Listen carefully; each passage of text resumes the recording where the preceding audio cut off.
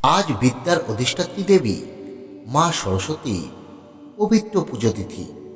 মাঘ মাসের শুক্ল পঞ্চমী তিথিতে প্রতি বছর ভক্তি ভরে এই সরস্বতী পুজো গোটা দেশ জুড়ে পালিত হয়ে থাকে। শাস্ত্রমতে এই তিথি বিশেষভাবে বিদ্যা, বুদ্ধি, বাকশক্তি এবং সৃজনশীলতার জন্য অত্যন্ত শুভ এবং ফলপ্রদ। সরস্বতী পূজার মাহাত্ম্য অন্যান্য সব পুজোর থেকে অনেকটা আলাদা, কারণ এই দিনে মা স্বয়ং ভক্তের সুপ্ত জ্ঞান এবং চেতনাকে জাগ্রত করে থাকেন।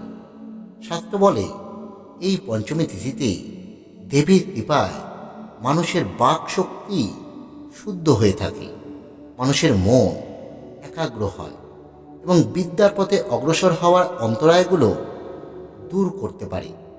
তাই ছাত্রছাত্রী, শিল্পী, লেখক, সঙ্গীতজ্ঞ এবং সাধারণ কর্মজীবনে যারা রয়েছে তাদের কাছে এই দিনটির গুরুত্ব অপরিসীম। সরস্বতী পুজোর দিনে সরস্বতী পুজোর পাঁচালী পাঠ বা শ্রবণ না করলে সরস্বতী পুজো কখনোই পূর্ণতা পায় না। তাই আজ যারা মা সরস্বতীর ভক্তি ভরে আরাধনা করছে, মায়ের পুজোয় অঞ্জলি দিচ্ছে, তারা কিন্তু একটি বার হলেও আজ এই সরস্বতী পুজোর পাঁচালী পাঠ বা শ্রবণ করবে। আর যারা আজ কোনো কারণে এই সরস্বতী পুজোর অঞ্জলি দিতে পারছেন না বা সরস্বতী পুজো কোনোভাবেই করতে পারছেন না, তারাও যদি আজ মা সরস্বতীর উদ্দেশ্যে একটিবার ভক্তি ভরে প্রণাম করে এই সরস্বতী পুজোর পাঁচালীটি শুধুমাত্র নিজ কানে শ্রবণ করতে পারে, তাহলে তারাও আজ এই সরস্বতী আরাধনার পূর্ণ ফল অনেকাংশে লাভ করতে পারবে। তাহলে আসুন বন্ধুরা, আর বেশি দেরি না করে আমরা এবার শ্রবণ করি শ্রী শ্রী সরস্বতী পুজোর পাঁচালী। প্রণমী দেবী সরস্বতীর শ্রীচরণ, যার পূজা করেছিল কৃষ্ণ ভগবান, যাহার প্রসাদে মূর্খ হয় জ্ঞানবান, তার জন্ম বিবরণ শুনো সর্বজন। নারায়ণ ছিলা যবে অনন্ত শয্যাতে, প্রকৃতির সৃষ্টি হয় বাম অঙ্গ হতে।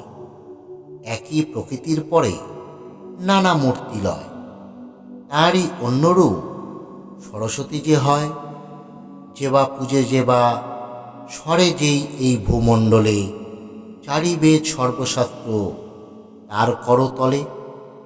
মাঘ মাসে শুক্লাপক্ষ পঞ্চমী তিথিতে, বিদ্যারম্ভ পূর্বে তারে জীবে ভক্তিতে। পূর্বদিনে হবিষান্ন করিয়া গ্রহণ, শ্রী পঞ্চমী দিনে তারে করিবে অর্চন। সংযম করিয়া থাকি সর্ববিজ্ঞজন, মনোমত ঘট এক করিবে স্থাপন। গণেশাদি পঞ্চদেবে পূজি তৎপরে, করিবে দেবীর পূজা অতি ভক্তি ভরে। নৈবেদ্যাদি দিবে যাহা শুনো ভক্তজন, ক্ষীরননি মিষ্টান্নাদি করিবে প্রদান। শ্বেত পদ্ম শ্বেত মাল্য শ্বেত পুষ্প দিবে, নানা বস্ত্র দিয়া তারে যতনে পুজিবে।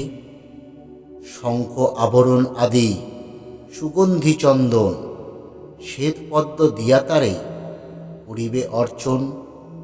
নানাবিধ ফলে ফুলে সাজায়ে যতনে, করিবে দেবীর ধ্যান ভক্তিযুত মনে।